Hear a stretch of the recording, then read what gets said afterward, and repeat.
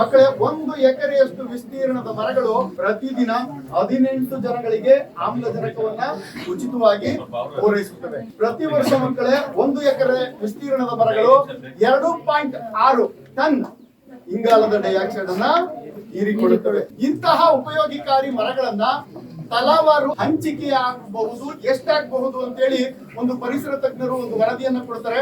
ನಮ್ಮ ನೆರೆಹೊರೆಯ ರಾಷ್ಟ್ರಗಳಲ್ಲೂ ಸಹ ಶ್ರೀಲಂಕಾ, ಭೂತಾನ್, ಬಾಂಗ್ಲಾ, ಪಾಕಿಸ್ತಾನ, ನೇಪಾಳ ಅಥವಾ ಜಪಾನ್, ಜರ್ಮನಿ, ಇಂಗ್ಲೆಂಡ್, ಅಮೆರಿಕಾದಂತಹ ದೊಡ್ಡ ದೊಡ್ಡ ರಾಷ್ಟ್ರಗಳಲ್ಲೂ ಕೂಡ ತಲಾವಾರು ಮರಗಳನ್ನ ಹಂಚಿಕೆ ಮಾಡಿದ್ದಾರೆ.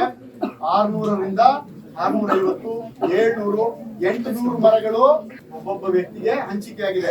ಆದರೆ ನಮ್ಮ ಭಾರತದಂತಹ ಬೃಹತ್ ಜನಸಂಖ್ಯೆ ಉಳ್ಳ ದೇಶದಲ್ಲಿ ಎಷ್ಟು ಮರಗಳು ತಲಾವಾರು ಹಂಚಿಕೆಯಾಗಿದೆ ಗೊತ್ತಾ? ಎಲ್ಲ ತಲೆ ಬಗ್ಗಿಸ್ಕೊಳ್ಳಿ. ಕೇವಲ 26ರಿಂದ 28 ಮರಗಳು ಮಾತ್ರ ತಲಾವಾರು ಹಂಚಿಕೆಯಾಗಿದೆ.